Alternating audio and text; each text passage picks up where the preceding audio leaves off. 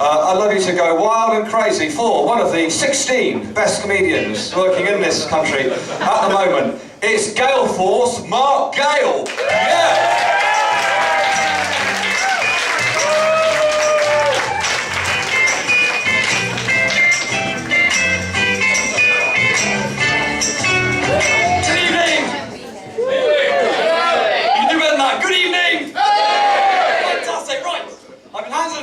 By the management, informing me of the topics I'm not allowed to cover in my set this evening. I think, in just of fairness, I'm going to read them to you. Okay, number one, I should not be doing any gags about the dyslexic one of the Seven Dwarfs. Apparently, it's not big and it's not clever, ladies and gentlemen. Okay, number two, no double entendre material, so I am sorry if I give you one this evening. Number three, no gags about balloons due to inflation. And number four, absolutely no gags about graphic designers. Apparently they have to draw the line somewhere. Okay, in fact, on a personal note, I'd also like to say I won't be doing any gags about rugby. Well, I'll try. Okay, so are we ready for some comedy, ladies and gentlemen? Yeah! Do better than that, are we ready for some comedy? Yeah! Okay, what's the problem with the BNP football team? Too many right-wingers. There we go. We started, there we are now. I have to tell you, I was at the bar earlier on, I said to this girl, I said, what do you do? She said, I work in the Heinz ketchup factory. I said, don't get saucy with me. While I was at the bar, I bought a pack of crisps, opened them up, they all flew away. They were plain crisps, ladies and gentlemen. There we are. And in fact, this bloke came up to me, he said, face, your smash, I'll in. I said, you're completely out of order.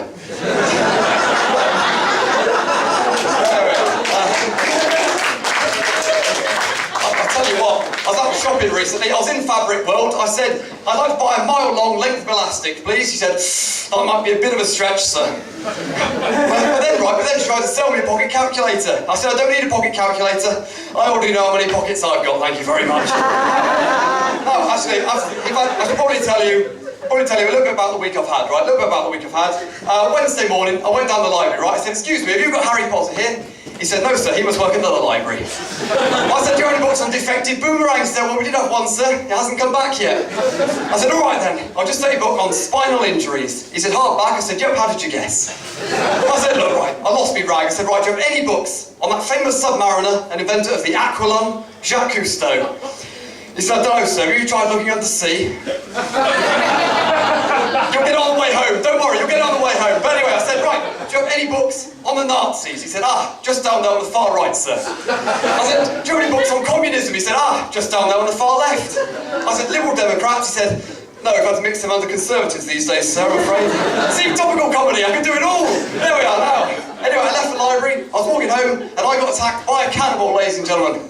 Has to be said, sir, he was a man after my own heart, but I tell you, I escaped from him, staggered into Greggs, and the baker went, here, buy this bun. I said, when was it made? He said, yesterday. I said, oh no. Oh no. I like currant buns, ladies and gentlemen. There we are. Now, talking about food.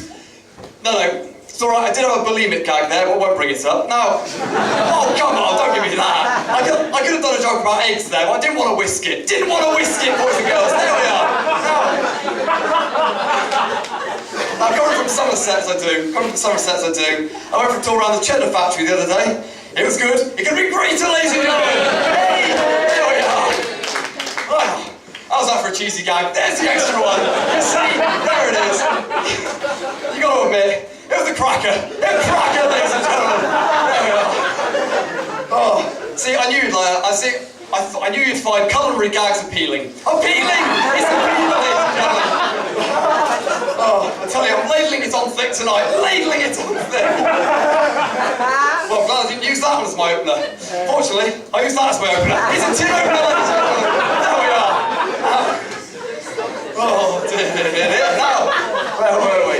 Oh, in fact, I can see a Rolling Tangent audience tonight. So what I'm going to do, tonight, ladies and gentlemen, I'm going to show you some of my new material. And here it is. See, there we are.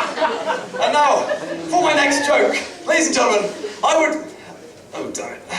Oh, damn, foiled again. Now... You'd be surprised that happens every night I do this trick. God, now I've got to tell you, not a lot of people know this. Oh, damn it, that's a rubbish gag. Not a lot of people know this, ladies and gentlemen, but I live in a warehouse. Yeah, well, to be fair, it's only a warehouse on a full moon, but... where was I? Oh, yes, that's it. Wednesday afternoon, I wasn't very well, right? So I went down to the doctor's. I said, "Doctor," I said, "I can't force myself to get off the bus or the train before the final stop." He said, "I'm very sorry, sir, it's terminal." But what we discovered was, I've got a pencil in my lung. I told him, I said, "No wonder it's hard to draw breath." But he checked, right, he sent me on down to the pharmacy. So I went down there, I said, "Excuse me, but do you have any rat poison?"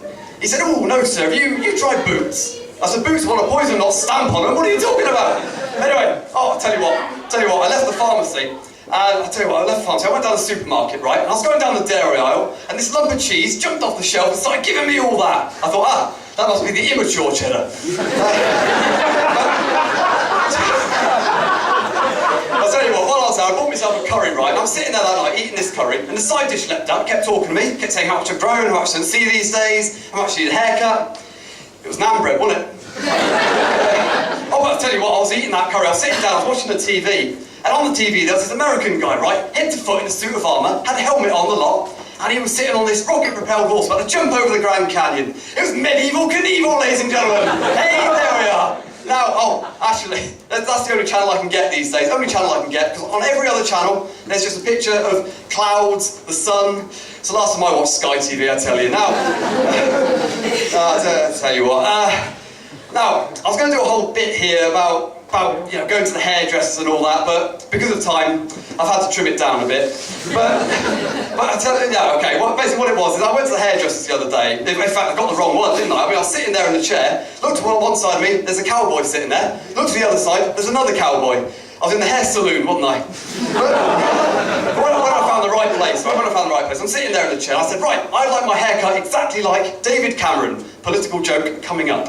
I like my haircut exactly like David Cameron. I must have dropped off, because when I came to, it looked like this. I said, "This is how David Cameron has his haircut." He said, "It would be if he came in here, sir." Hey, there we go. Not very political, I'll be honest. Now, we've reached my favourite bit of my set. This is the favourite bit, because it's the bit where I'm going to take a break. Right? I'm going to get you, the audience, to choose the next few jokes. And what I've got here is I've got my joke book. Now, it's not very big, but being a one-liner comedian, you don't need a lot. You don't need a lot of pages. So I've got 65 pages of solid gold. You don't believe me? Believe me, solid gold. Solid gold in this joke book. And what I'm going to do, I'm going to pick on a couple of you, and you're going to pick some jokes. All right? Simple enough. So, what's your name, sir? Mike, fantastic. And would you like to give me a number between 1 and 65? 27. 27, right, going old school. Well, fair enough. Now, okay, and remember, if this joke dies horribly, Mike's fault. Oh, I didn't choose it, his fault. Okay, so, a lot rides on this, Mike. Okay, now, I came home the other day and my mum was hanging £5 and £10 notes on the washing line. I thought she's been money laundering again. I didn't like that one, Mike. Okay, so what I'm going to do, in just fair, I'm going to give you another chance. Okay, another chance. So, would you like to pick another one between 1 and 65? 38. 38. Okay, right, okay. Remember, same rules apply. Rubbish, his fault. Okay, right. I was in the theatre the other day. I went to see a really bad version of The Diary of Anne Frank. It was so bad that when the Nazis came on the stage, someone at the back said, "She's in the attic, mate!" They like that one, Mike. There we go. Give me a round of applause there. Fantastic. Now, back on the track. Thursday morning, I've done a lot this week, believe me, I've done a lot this week. Thursday morning, I bumped into my local butcher, right? I'll tell you what, he's only gone and won the lottery. Do you know the first thing he did when he won? Gave his wife the chop. I'll tell you, he's even got a brand new car. Do you know what he drives now? A Lamborghini, ladies and gentlemen. Oh, I thought how's that for raising the stakes? 3 meat-based gags there. 3 meat-based gags. I'll tell you, I'm really hamming out this evening. 4 meat-based gags, ladies and gentlemen. Come on, 5 meat-based gags there, ladies and gentlemen. Oh dear, you don't get much of them at the pound. 6 meat-based gags, ladies and gentlemen. Well, to be fair, that last one was awful. 7 meat-based gags. Oh, it got me, that's rare. 8 meat-based gags. I never thought we'd be able to feel these off, Mike. 9 meat-based gags. Now, actually, to be fair, I'm glad you laughed. Because I did those gags in Portsmouth the other night. Didn't get a single laugh.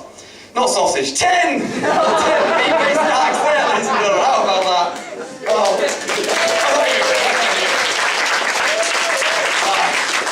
To be fair, I just used them to beef out the set. 11! He's still going! 11 meat-based gags!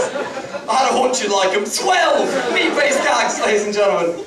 Oh, dear, what a crazy joint. 13 meat-based gags. 13 meat-based gags, I can't believe it. Oh, dear. Let's see. I'm really giving you a grilling this evening. 13, another one, 14 in fact, 14, fantastic. I bet you would have thought I would have chickened out after 14. 15! My personal best, ladies and gentlemen, there we are. Now, I better move on because I've only got a limited amount of time up here. Can't stand around here chewing the fat. 16! Go on, can we get to 20? What do you think? Can we get to 20? Go on. I know. Any more of this, I have to take off the ambulance. 17! 17! Come on. Has anyone got any? Anyone got any? We got to We'll this tomorrow! I'm sorry, I'm going to have to pause and take stock. Another one, 18! 18! I think, no, I don't know if I can do it anymore. I think the stakes are too high. 19! Are we going to leave it at that? We're not going to go any further with them. Don't mince around! Oh, we got another one! Oh, fantastic. No, we're going to leave it there. We're going to leave it at 19, purely because I don't think we get any more. So I'm glad you enjoyed the meat-based jokes. Well done. 20! We're there! 20 meat-based jokes! Oh, fantastic. Oh, what a load of tripe. 21! No! We're not going to go there. We're not going to go there, no. No. Anyway, after all the meat-based hilarity, right? After all the meat-based hilarity, Thursday night, went out with a couple of friends, went out clubbing, went in this one club, absolutely pitch black. It was a nightclub, wasn't it? Hey, I'll tell you what, we left that one, went to the one next door, everyone was wearing suits farm. It was another nightclub, ladies and gentlemen. Oh yes, now, Friday morning, I went back down the library, right? I said, excuse me. He went, oh, not you again. I said, yes, do you have any books on chairs? He said, no, so we've got them all on the shelves, look. All on the shelves. I said, all right, do you have any books on indifference? He says, maybe. I said, do you have any books on vagueness? He says, yeah, probably. I said, do you have any books on sarcasm? He said, yeah, right. I said, look, do you have Great Expectations? He said, well, I didn't until you started coming in here, mate, I tell you. No, don't worry, I did come away with a few books in the end. I came away with a book on scabs. Didn't read it, just picked at it. Came away with a book on children's playground games. Didn't read that one either, just skipped through it.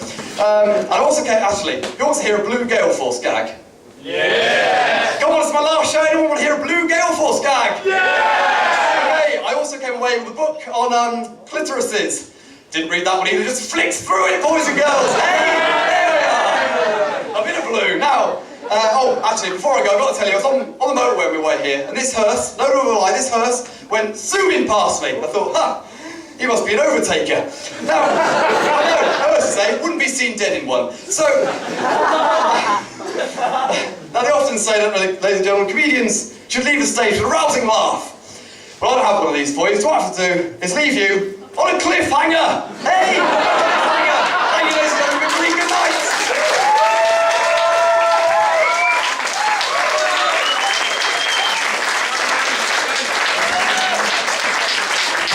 Galeforce, Mark Gale, yeah! Fantastic. Well, that's